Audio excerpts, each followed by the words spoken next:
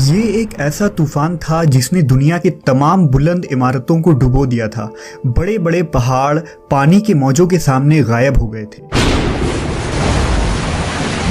اس طوفان میں دنیا کی پوری آبادی ختم ہو چکی تھی، مگر پانی کے ان بڑے بڑے عظیم موجوں کے اوپر صرف ایک کشتی تھی جو تیر رہی تھی، اور اس میں موجود 80 لوگ جو اس دنیا میں باقی رہ گئے تھے۔ یہی وہ لوگ تھے جنہوں نے دنیا کو دوبارہ آباد کیا اور نسل انسانی کو بچایا۔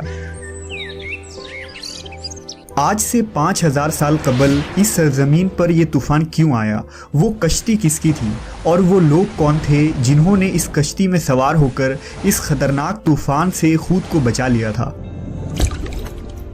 اس ویڈیو میں ہم آج سے ہزاروں سال قبل آنے والی اس عظیم طوفان کے بارے میں جانیں گے، جسے طوفان نوح کے نام سے یاد کیا جاتا ہے۔ حضرت آدم علیہ السلام کے دنیا میں آنے کے بعد ان کی اولادیں دنیا میں خوب پھلی پھولی، لیکن ایک مدت گزر جانے کے بعد وہ لوگ خدا کو بھول چکے تھے، اور ایک خدا کے بجائے انہوں نے مٹی اور پتھر کے کئی خدا بنا لیے تھے۔ نہ صرف ان کی عبادت گاہیں بتوں سے بھری پڑی تھی، بلکہ ہر گھر میں بت رکھے ہوئے تھے۔ ابلیس نے بنی نوح انسان کو کفر و شرک میں مبتلا کر دیا تھا۔ لوگ حضرت آدم علیہ السلام، حضرت شیث علیہ السلام اور حضرت ادریس علیہ السلام کی تعلیمات کو بھلا چکے تھے۔ حضرت ادریس کو بھی وفات پائے سینکڑوں برس گزر چکے تھے، چنانچہ اللہ تبارک و تعالیٰ نے اس قوم ہی میں سے ایک نیک شخص حضرت نوح کو ان کی طرف نبی بنا کر بھیجا۔ آپ کے والد کا نام لمک تھا، اور وہ حضرت آدم علیہ السلام کے بیٹے حضرت شیث کی اولاد میں سے تھے۔ حضرت نوح علیہ السلام اللہ کے پہلے رسول ہیں جنہوں نے اپنی قوم کو تبلیغ کی۔ آپ پر کتابیں نازل ہوئیں، اور سب سے پہلے آپ کی قوم پر عذاب نازل ہوا۔ حضرت نوح علیہ السلام کی قوم ملک عراق کے گرد و نواح میں آباد تھے۔ آپ نے انہیں اللہ کی وحدانیت اور عبادت کی طرف دعوت دی۔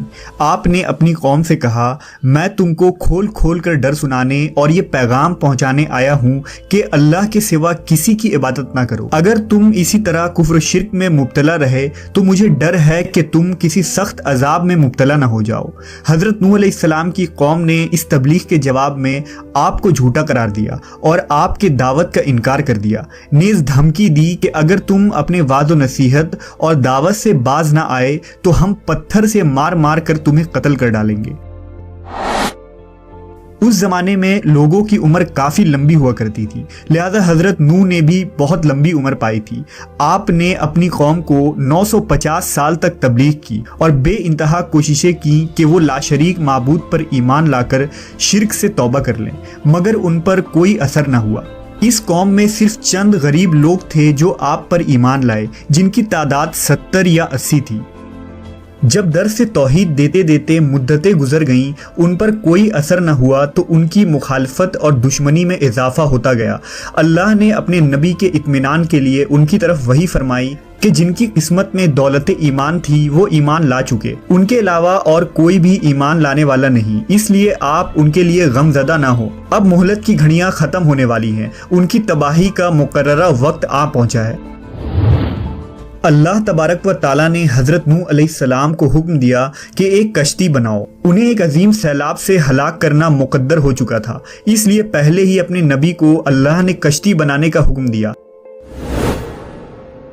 حکم ملتے ہی حضرت نوح علیہ السلام کشتی بنانے کے لیے کمر بستہ ہو گئے۔